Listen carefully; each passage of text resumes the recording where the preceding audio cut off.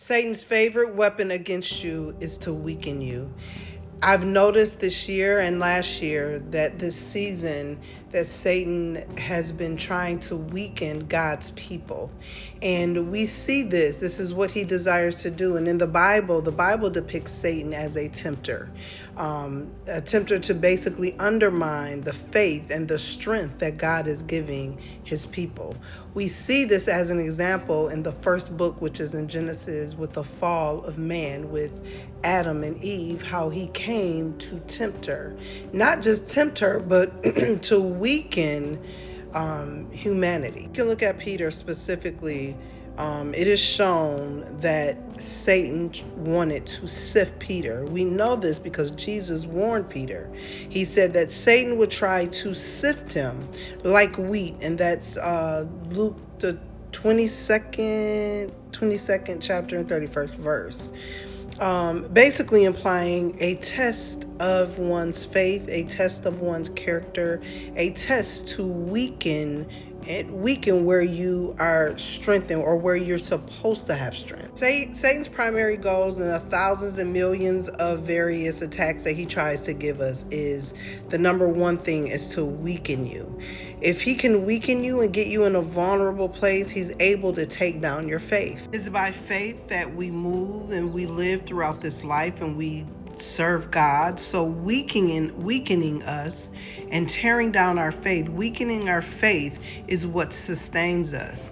Now, if he can do that, then he's able to disarm you, to destroy you. That's why so many times the disarming of Satan, he tries to employ us with temptation, especially with discouragement. He uses discouragement a whole lot. Doubt is a big one, and he brings division in our lives, and he tries to weaken the very strength that we have to disarm us so we cannot be all what God has called us to be in this earth. Let's continue to pray, continue to fight in the spirit, and use our weapons that God has given us.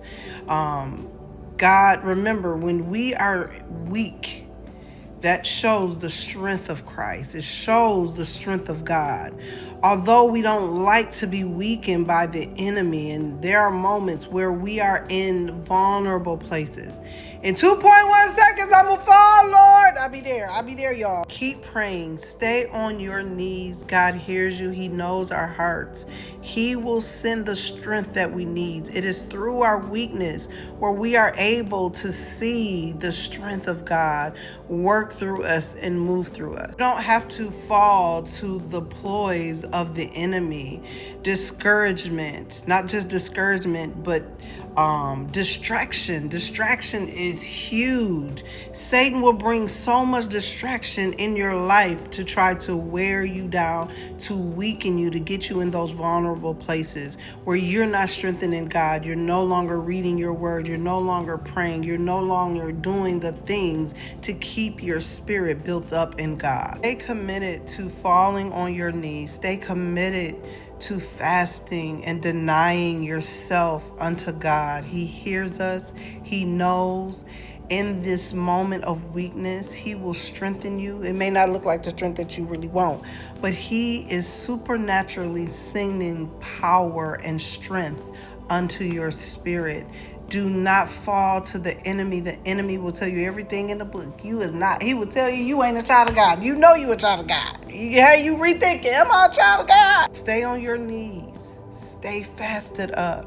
Use your weapons against the enemy that comes to rise up against the knowledge of God.